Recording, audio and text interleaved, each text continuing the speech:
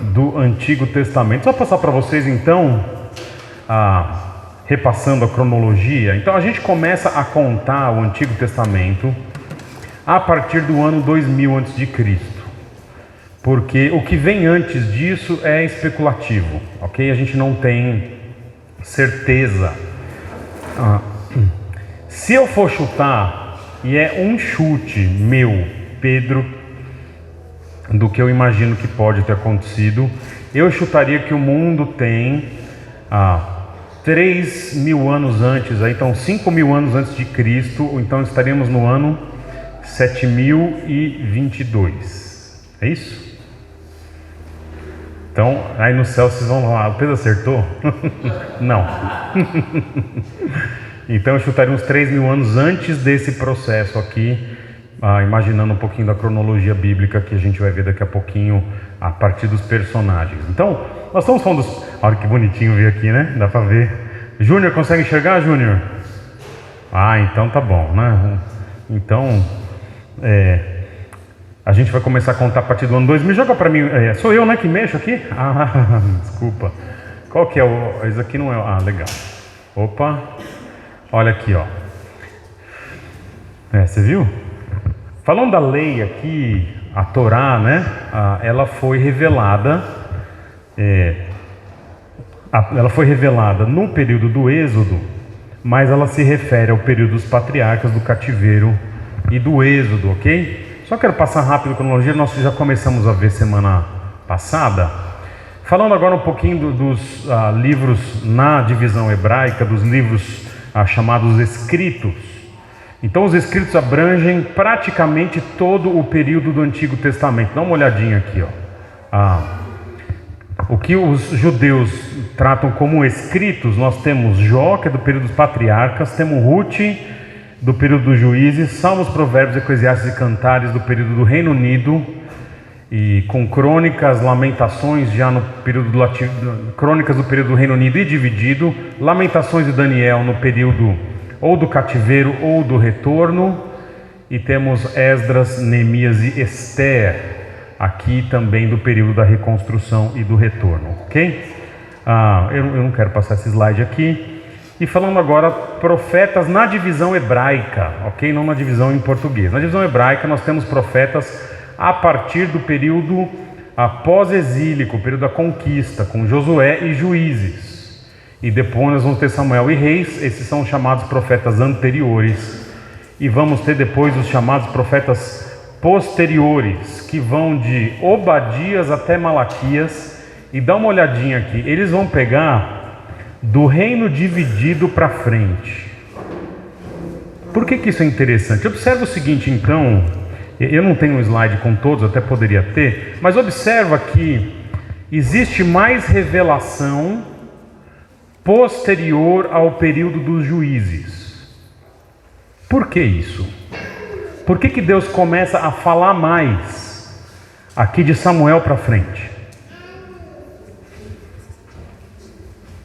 Por que Deus traz mais revelação conforme a história de Israel vai se desenvolvendo? Já pensaram nisso? Para que serve a revelação de Deus? Essa é a questão. Para que serve? Serve para instruir, mas serve para corrigir. O que acontece é que daqui para frente, dos juízes para frente, a turma peca mais. E observe o seguinte: a maior parte da revelação são de profetas. Profeta lida com o quê? Passado, presente ou futuro, principalmente. O que vocês acham? Presente e futuro, nessa ordem. Profeta lida normalmente com presente. A gente pensa que profecia é uma coisa de futuro, né? Uma bola de cristal. Tem profecia para o futuro, mas normalmente o profeta lida com o presente. E conforme o reino vai tendo problemas, reino dividido aqui, especialmente reino do norte, mais revelação Deus traz, porque essa turma precisa ouvir que eles estão saindo do prumo. E ao fazer isso, revelar os problemas do presente, os profetas apontam também para soluções futuras. Mas normalmente a solução futura, ela tem alguma aplicação, inclusive para o presente. Dá um exemplo aqui para vocês. Isaías capítulo 28. Abre aí comigo Isaías 28. Vamos ver se eu acertei aqui de cabeça, aqui, que eu sou tão ruim dessas coisas. Isaías 28, Ezequiel 14, Isaías 28. Acho que é isso. Ou Ezequiel 28 e Isaías 14. Pode ser, né? Isaías 28. Isso. Não, então Isaías 14. Isso porque eu já lecionei a disciplina que lida com Isaías 14 de forma bem...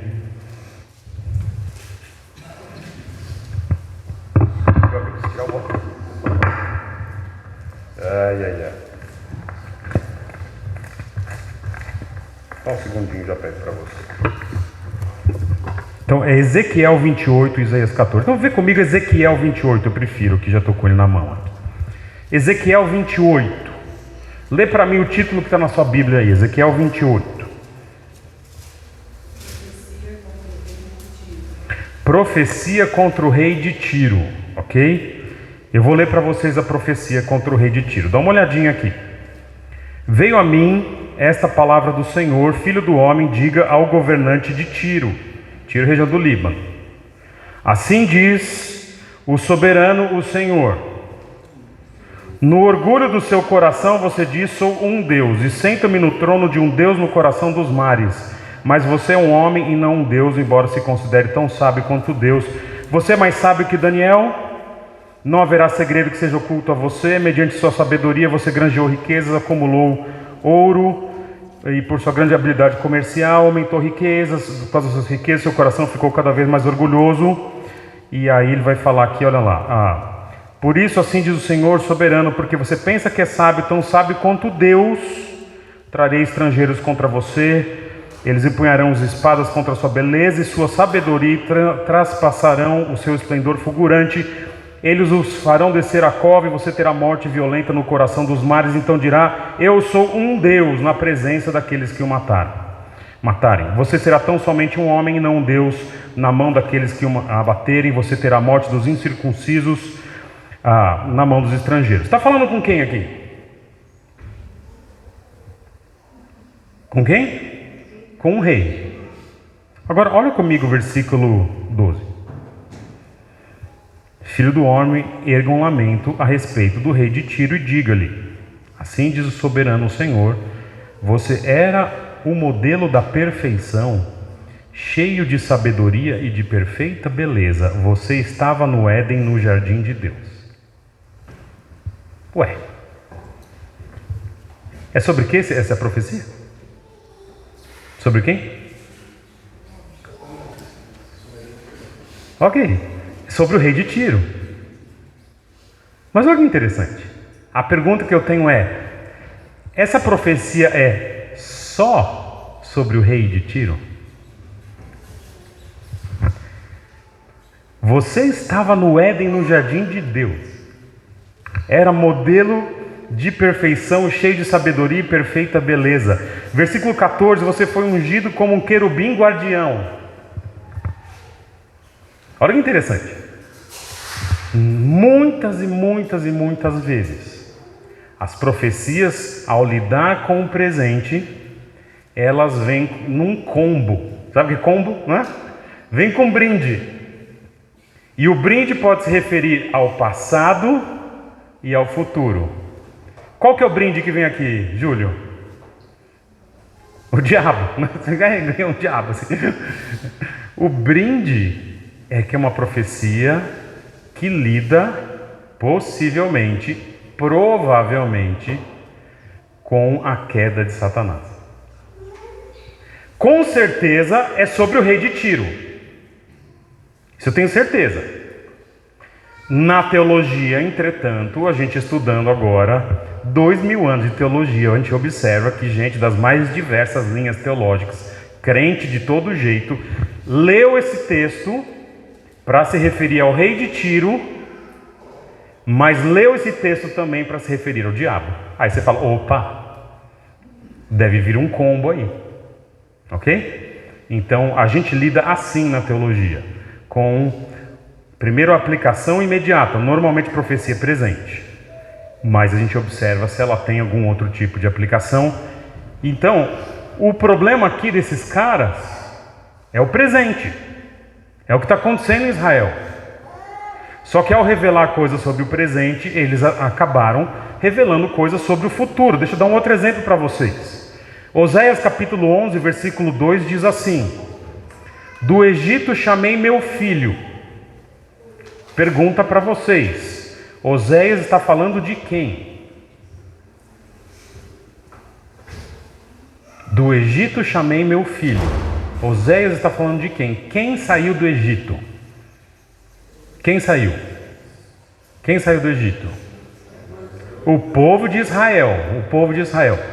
Quando o autor bíblico, Mateus capítulo 2, fala que Jesus foi para Israel, e ele diz assim: isso se cumpriu aquilo que fora dito pelo profeta do Egito chamei meu filho. Olha que interessante. Quando você vai para Oséias, está falando de Israel. Quando o autor do Novo Testamento lê, ele entende que Jesus, ele é um tipo de Israel, ou Israel é um tipo de Jesus, enfim. Então ele faz uma dupla aplicação. Então o profeta, ele estava se referindo à história de Israel, ao passado.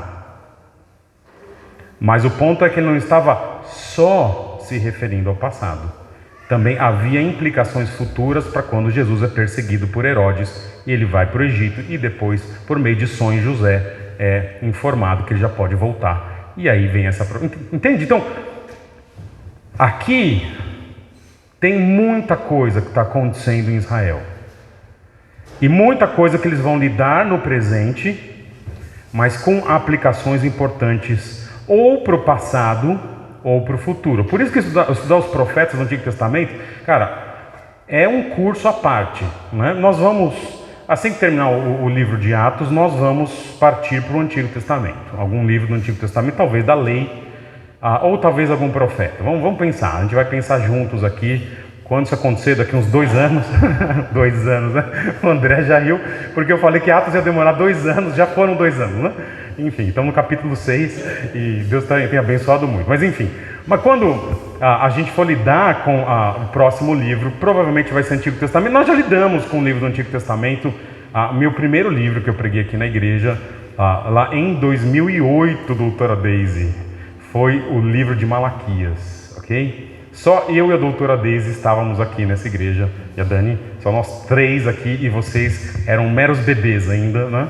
Não estavam na nossa igreja ainda, ok? Mas foi o primeiro livro, foi um livro do Antigo, vamos voltar um pouquinho.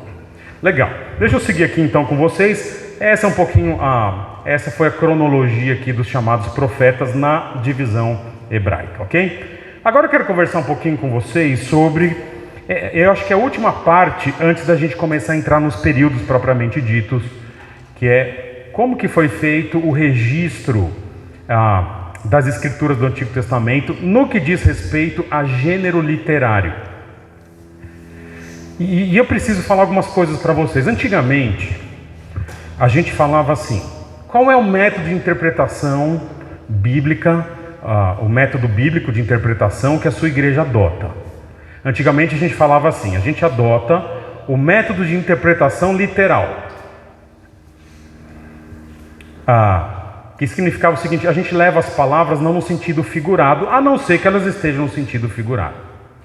Então, quando fala que Jesus montou num jumentinho, a imagem que eu faço, que eu vou pregar para os irmãos, que eu vou ensinar, é que Jesus pegou uma sela, subiu num animal chamado jumento, ok? E isso, na cultura judaica, tinha a ideia de que ele é um rei. Ok? A gente fala de interpretação literal. Com o tempo, mudou a nomenclatura. A gente começou a falar de interpretação histórico-gramatical. Então, a gente leva em conta as palavras, a gramática, mas como elas eram usadas na história. Então, nós mudamos a nomenclatura. Hoje a gente não usa mais nomenclatura, a gente fala de interpretação literária das Escrituras. Ou seja, antes de chegar no texto, a primeira coisa que eu quero saber é que tipo de texto ele é. Ele é uma história? ele é uma poesia, ele é um mandamento, uma lei. Cada um desses gêneros literários já de antemão me informa algumas coisas. Então veja comigo, nós estamos lidando com o livro de Atos. O livro de Atos é um livro... Qual que é o gênero literário de Atos? É poesia? Não. É história, narrativa, ok? Pode chamar de história, narrativa. Ok. Olha que interessante. Tudo que acontece no livro de Atos eu tenho que fazer igual. Tem que fazer igual, Flávio? Não? Por quê? É Bíblia, não é Bíblia? É Bíblia. O livro de Atos está na Bíblia? Está na sua? Eu tenho que fazer, mas se está na Bíblia eu não tenho que fazer igual? Por que não? Olha que interessante. Quando nós temos uma narrativa, ela tem lições importantes, mas são lições que chegam para ele de forma indireta. É diferente, por exemplo, quando você lê um livro, ame a seu próximo como a si mesmo.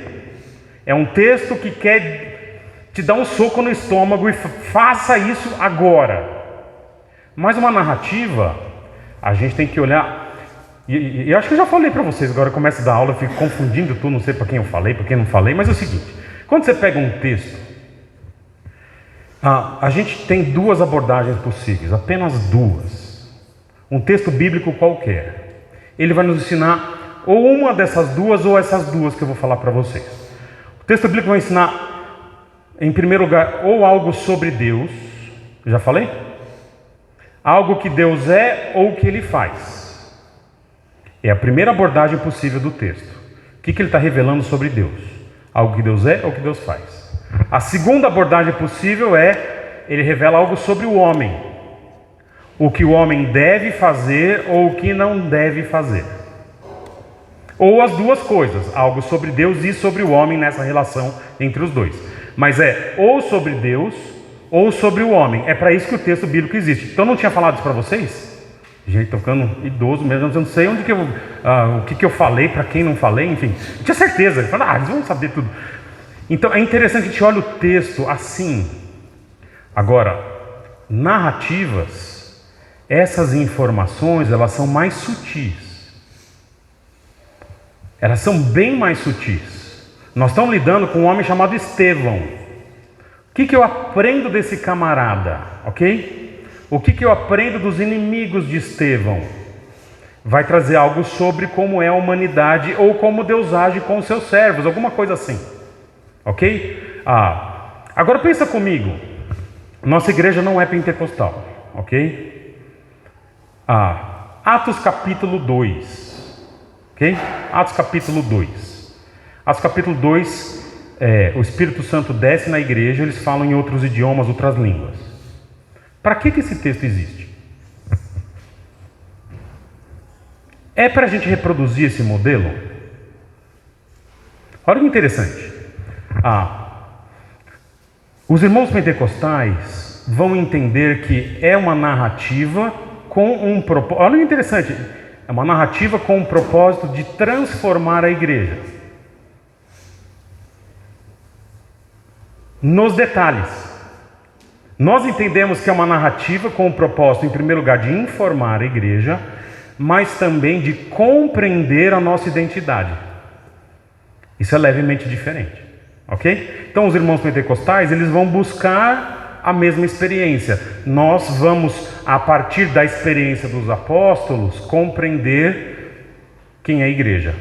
É levemente diferente, porque a gente entende que é uma narrativa. E sendo uma narrativa, ela tem princípios verdadeiros, mas ela não é aplicada diretamente a gente.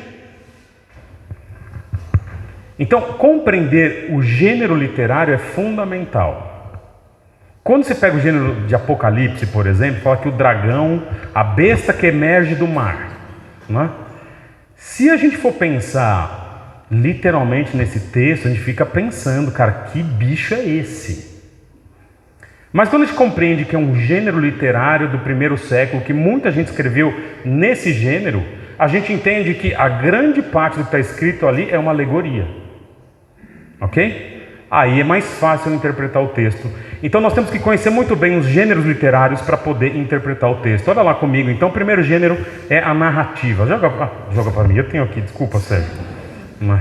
Joga para mim um milkshake. Vamos lá. Livros de narrativa do Antigo Testamento nós temos Gênesis, Êxodo, Josué, Juízes, 1º e 2º Samuel, Ruth, Esther, Neemias, Esdras, 1º e 2º Reis, Crônicas, algumas partes de Daniel, algumas partes de Jeremias.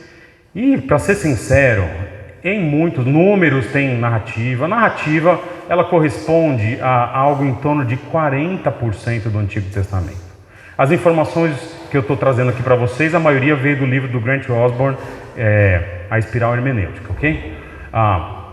E olha uma coisa importante que a gente acredita que outras igrejas eventualmente não acreditam nisso. Nós entendemos que são histórias verídicas, ok? Elas só não são verídicas se na história está dizendo e ele contou uma parábola, sabe? Alguma coisa assim. Então, aquilo é só uma historinha que aquele indivíduo ali contou. Então a Bíblia está indicando que não é uma história verídica.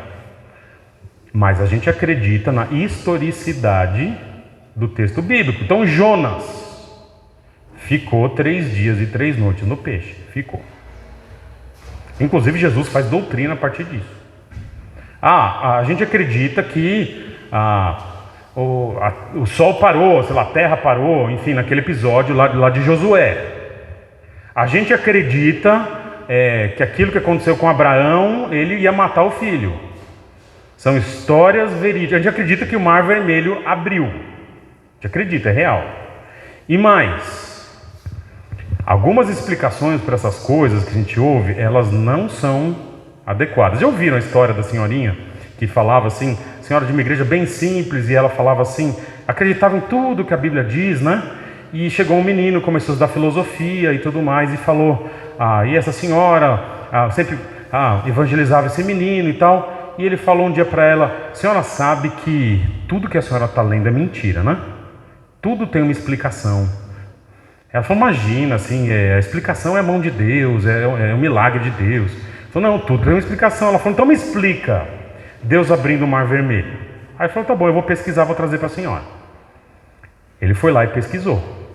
Falou, naquela região ali, vem um vento de vez em quando, e de repente esse vento vem, e ele bate, e a água diminui com a maré, e a água fica aqui na canela. Já ouviram essa história, né?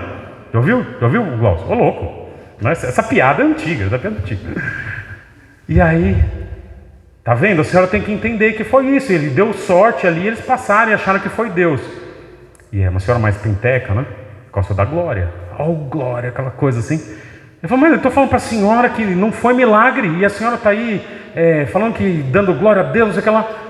Ela falou, não, se isso que você está me falando é verdade, então o milagre é ainda maior. Ele falou, imagina, eu estou falando. Claro que é, porque Deus afogou o exército de Faraó com água na canela.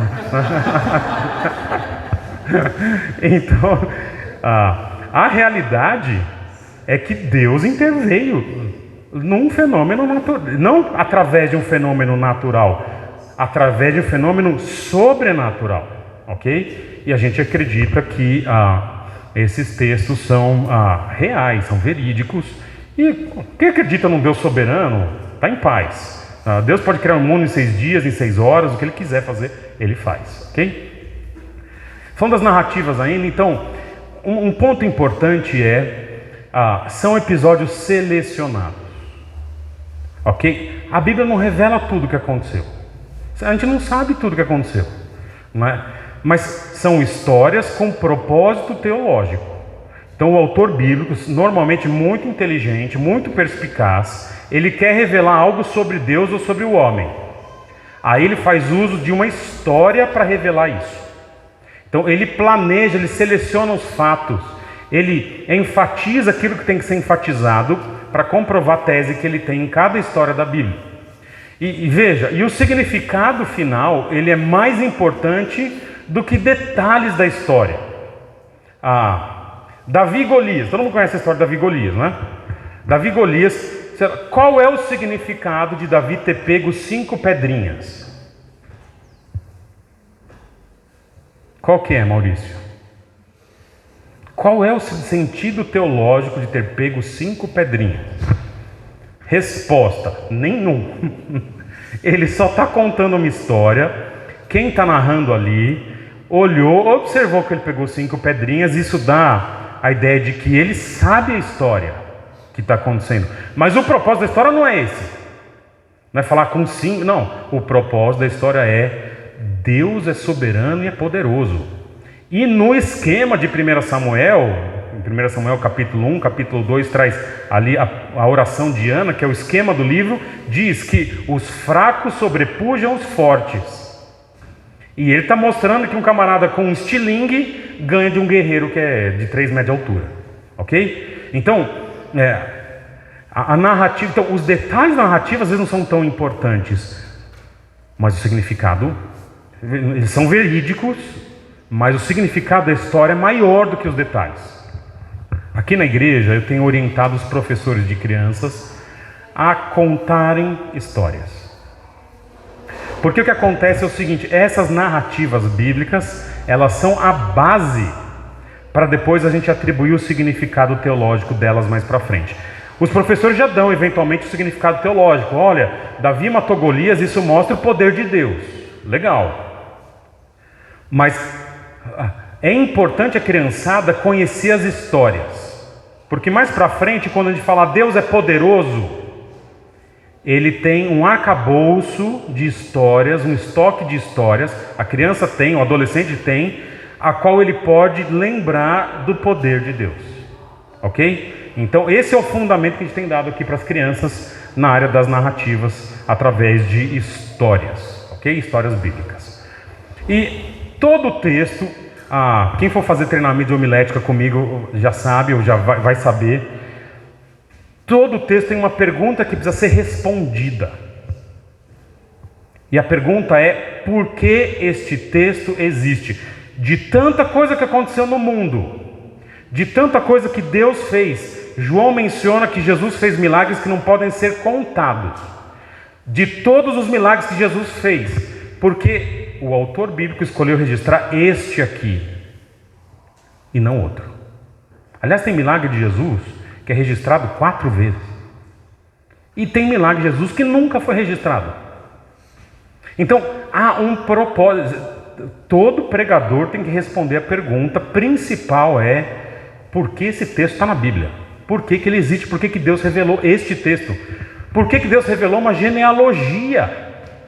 Aquele monte de número chato, né? E por que deixou para lá coisas que a gente acharia mais relevante? Porque qual é a relevância para Deus deste texto? Ok? Isso tem que ser respondido em todos os textos e nas narrativas. Hoje, no livro de Atos, nós vamos lidar com uma narrativa. E nós estamos, e a resposta que eu vou dar para os irmãos é porque esse texto existe. Essa é a resposta que todo sermão e toda aula deveria lidar. Vou fazer um exemplo com vocês aqui. Abre comigo Gênesis capítulo 2, versículos 15 a 24. Vocês estão com frio quietinhos hoje, né? Gênesis 2, 15 a 24. Abre aí comigo. Quem vai ler? Quem vai ler? Eu vou ler para vocês, vai, que estou com o microfone aqui, depois sai lá certinho, vai. Gênesis 2, só que eu tenho que tirar o óculos. Eu zoava meu pai, né, pai? Antigamente lá na igreja, quando a gente frequentava lá a ICT juntos, que você tinha que trocar o óculos, né? Meu pai às vezes falava assim: eu vou ler o texto, mas ele falava assim: mas eu estou sem óculos. Ele falava: nossa, mas meu pai está de óculos. É que ele estava sem o óculos de perto, né? Então ele não usava. Você usa multifocal agora, pai? Não. Então eu vou ter que tirar o óculos para ler, né? Gênesis capítulo 2, 15 a 24 diz assim, olha lá. O Senhor Deus colocou o homem no jardim do Éden para cuidar dele e cultivá-lo. E o Senhor Deus ordenou ao homem: coma livremente de qualquer árvore do jardim, mas não coma da árvore do conhecimento do bem e do mal, porque no dia em que dela comer, certamente você morrerá. Então o Senhor Deus declarou: não é bom que o homem esteja só. Farei para ele alguém que o auxilie e lhe corresponda.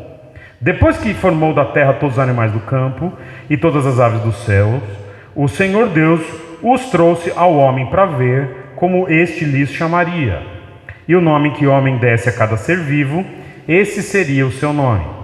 Assim o homem deu nomes a todos os rebanhos domésticos, às aves do céu e a todos os animais selvagens. Todavia, não se encontrou para o homem alguém que o auxiliasse e lhe correspondesse. Então o Senhor Deus fez o homem cair em profundo sono, e enquanto este dormia, tirou-lhe uma das costelas, fechando o lugar com carne. Com a costela que havia tirado do homem, o Senhor Deus fez uma mulher e a levou até ele. Disse então o homem: Uau! Brincadeira. Esta sim é osso dos meus ossos e carne da minha carne. Ela será chamada mulher, porque do homem foi tirada. Por essa razão, o homem deixará pai e mãe, se unirá à sua mulher, e eles se tornarão uma só carne. E o homem e a mulher viviam nus e não sentiam vergonha. É uma narrativa? É uma narrativa? Vê comigo se o resumo que eu trouxe aqui para vocês é real dessa narrativa. Olha primeiro. O homem é colocado em um jardim, ele recebe tarefas, cultivar o jardim, dar nome aos animais. Ele recebe uma restrição, não comer de uma árvore. Adão se enxerga sozinho, Deus vê que ele está sozinho. Deus faz a mulher a partir de Adão. Deus fala sobre o casamento, institui o casamento e o casal está pelado. É isso? É? Resumir, é isso? Ok. É o resumo. Qual é o significado de cada uma dessas coisas? Qual é o significado? Qual é o significado? Me falem vocês. Qual é o significado? E aí? Deixa eu deixar a narrativa aqui para vocês. Qual é o sentido teológico de cada uma dessas coisas aqui? Vamos lá. O que a gente aprende sobre Deus aqui? Deus ele é criador. O que mais?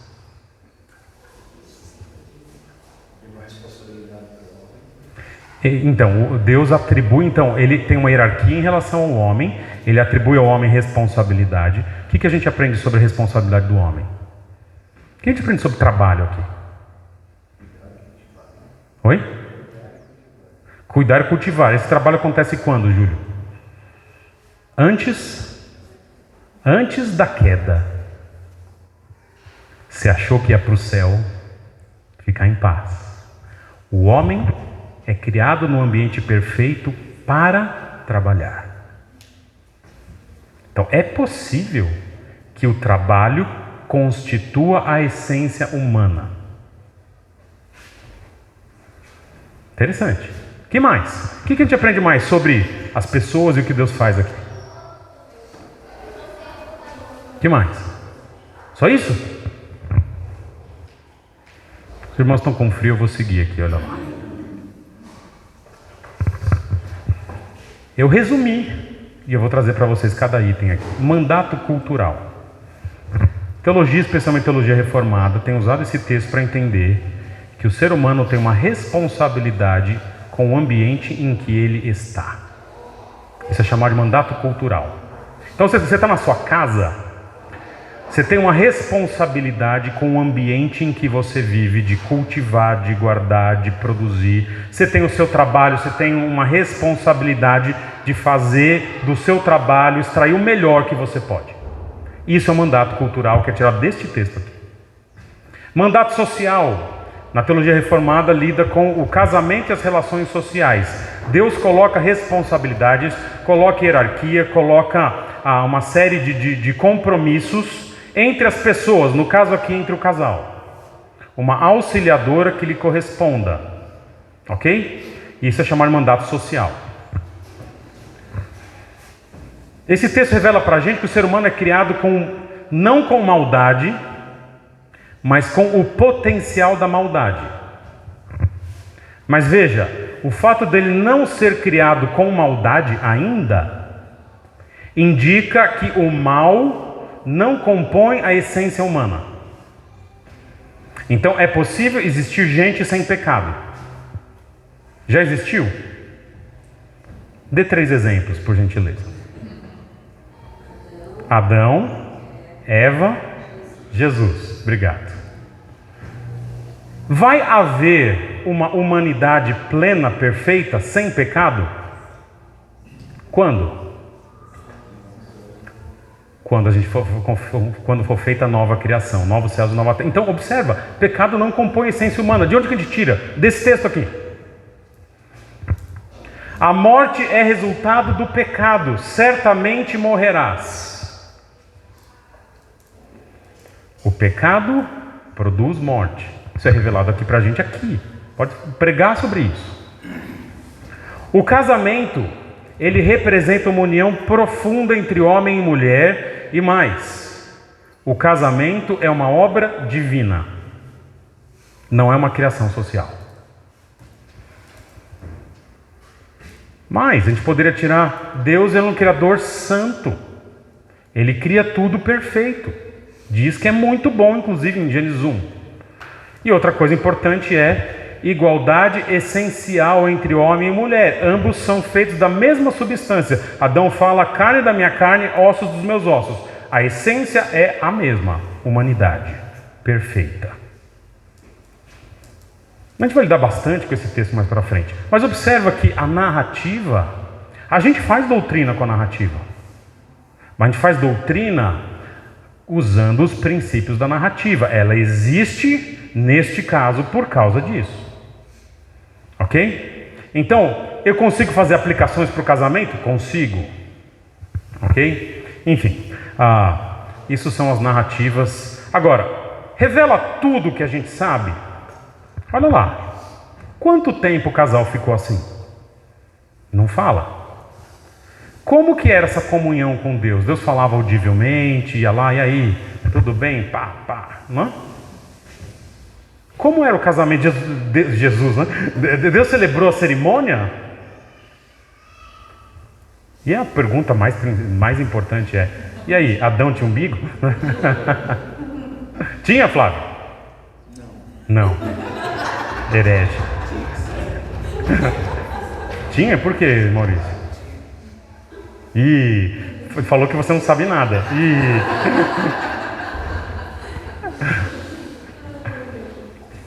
Segundo gênero literário que eu quero trazer para vocês é o gênero da lei.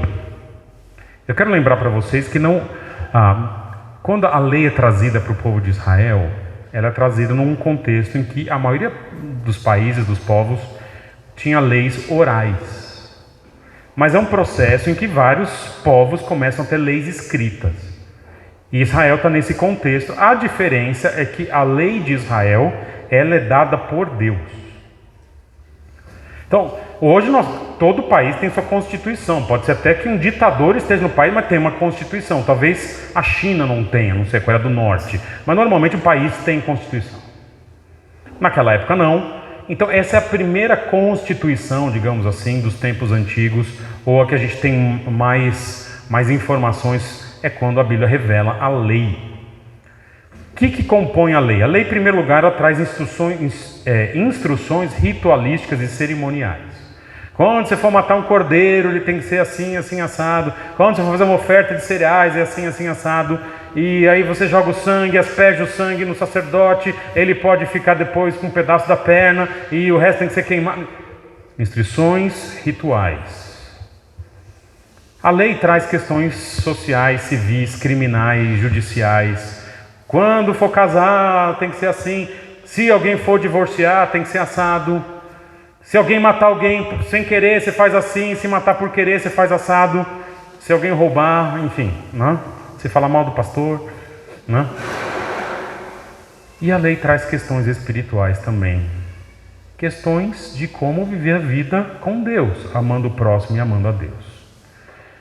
E um ponto importante que nós já lidamos aqui, a lei lida muito com o conceito de puro e impuro, que é um conceito que não depende necessariamente da higiene, ok? Mas é animais puros e impuros, como é em muitas culturas até hoje, especialmente cultura islâmica e do Oriente Médio, ok?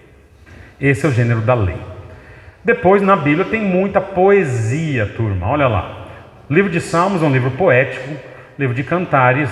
A gente vai dizer que Salomão é o último romântico da Bíblia, né? Ele faz ali um livro todo romântico, e vários livros têm porções de poesia, né? E olha que interessante, as poesias bíblicas, elas podem ser coletivas ou individuais. Na época do seminário, quando eu tinha minha banda lá, Chevá Sonoro, né? O Andrés e a Carla lembram da banda, a famosa Chevá Sonoro? A gente às vezes fazia poesia coletiva. Era horrível, né? Mas a gente fazia isso, né? Então, a Adriana lembra ou não pegou essa época do Chevá? Foi no nosso 4º ano. Então, acho que já tinha... O Glaucio já tinha te arrebatado ali, né? Então, não pegou o momento principal, né? Mas enfim, poesias coletivas, você tem nos Salmos. Poesia dos filhos de Corá, por exemplo, né? E poesias individuais, muitas poesias individuais. Agora, interessante que na poesia hebraica, turma, a métrica é menos importante do que o conteúdo. Então, poesia em português, o som tem que ser parecido, ok?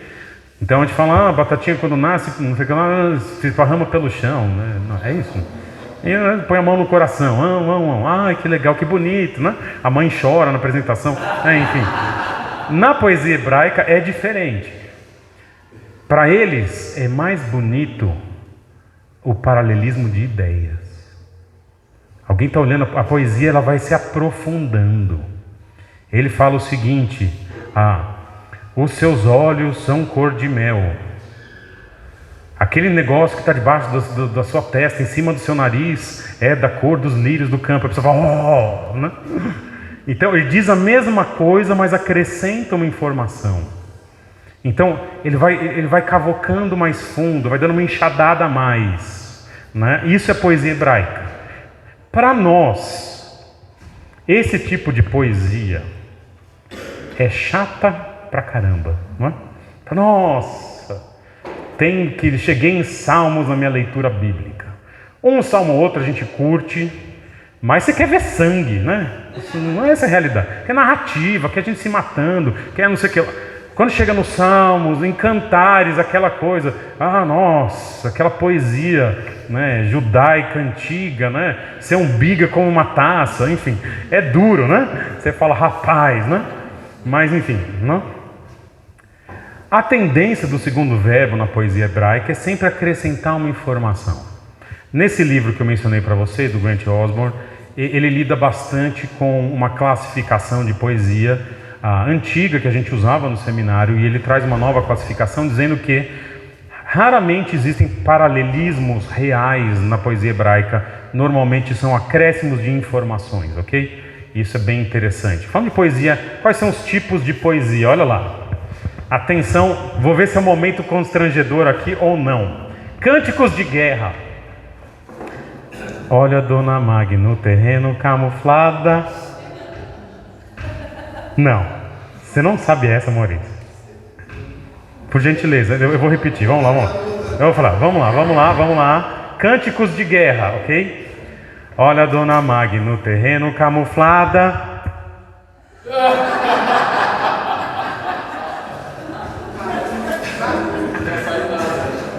Eu tenho certeza que não é a mesma pessoa que você viu comigo. Eu tenho certeza, absoluta. Cara, essa é a coisa mais básica. A criança tem 2 anos, ela já canta essa música.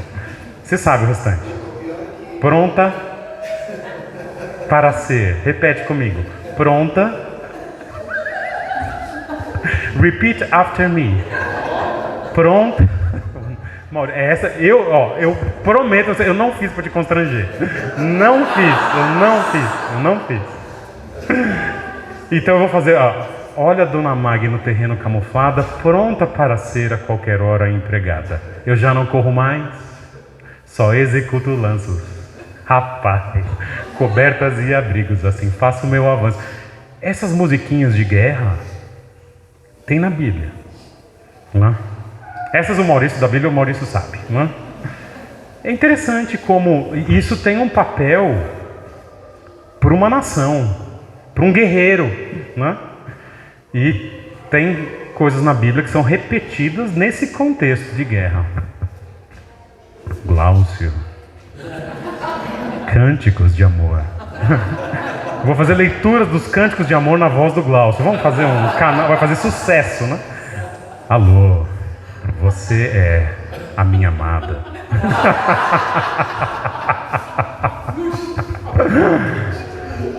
E aí tem o Lamentos também, né? Tem Lamentos, hinos ou cânticos de louvor, hinos de ações de graças, cânticos de celebração, afirmação, salmos didáticos.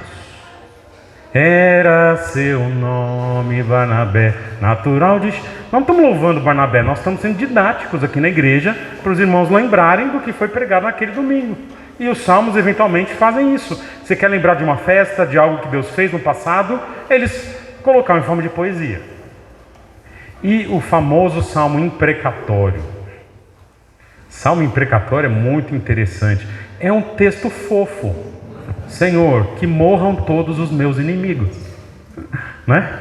Que eles não vejam a luz do dia, né? Sabe, coisas assim, né? Então, há salmos, esse tipo de oração, de poesia, é legítimo, ok? Então, tudo isso compõe a poesia bíblica e é muito interessante. Falando do gênero literário da sabedoria, como livros de Jó, de Provérbios e Eclesiastes, o Grant Osborne diz que são livros que apresentam formas muito práticas de se viver a vida pelas leis de Deus. E o tema central é o tema do temor a Deus. Em todos esses livros, o tema do temor a Deus, do poder de Deus ou da sabedoria de Deus. Mas o temor de Deus, turma, tem que ser lembrado. Eu sempre lembro a igreja aqui, meus alunos ficam chocados quando eu falo, mas você já me conhece. A palavra temor no Antigo Testamento, ela não significa principalmente respeito. E eu passei para os meus alunos a seguinte tarefa: você vai pegar essa palavra e vai lá no Strongs, que tem aquele númerozinho do lado da palavra, você é em português. Você vai copiar aquele númerozinho e fazer a pesquisa onde que aquela palavra aparece no Antigo Testamento. Quais são os contextos que a palavra temor ela é usada? E aí você tenta traduzir por respeito, ver se dá certo. Você vai ver que não dá. Então, há um caráter, um componente de medo no temor. Ok? E isso é importante na Escritura. Uma pessoa sábia, sabe o tamanho de Deus, sabe que não consegue enfrentá-lo e fala, opa, eu preciso caminhar devagar aqui, porque eu estou lidando com alguém bem maior que eu. Ok?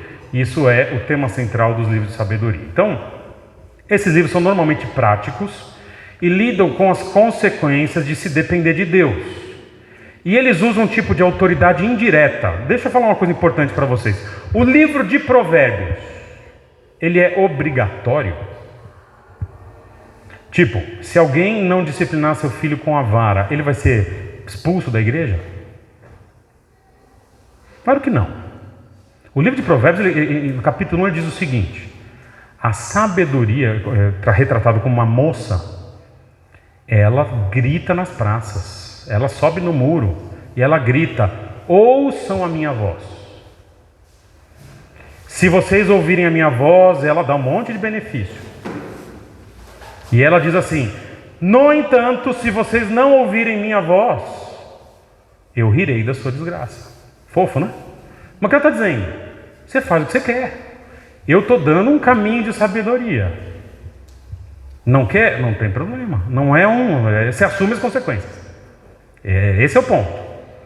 Então, a gente lida com esses livros como ótimos, bíblicos, divinos conselhos. E se a gente segui-los, há um conceito importante, eu quero terminar falando desse conceito, chamado de infalibilidade das Escrituras. Já ouviram falar desse conceito? A gente fala que a Escritura é inerrante e infalível. Inerrante significa que ela não tem erro. Infalível significa, não é que ela não tem erro. Infalível é o seguinte: ela prescreve uma série de recomendações. O fato de ela ser infalível indica que, se eu seguir as recomendações, eu não caio em falhas. Isso que a gente lida em teologia sistemática. Então ela é infalível porque quando eu ouço a Escritura e faço, por mais que as coisas fiquem ruins, vai ser bom para mim. Ok?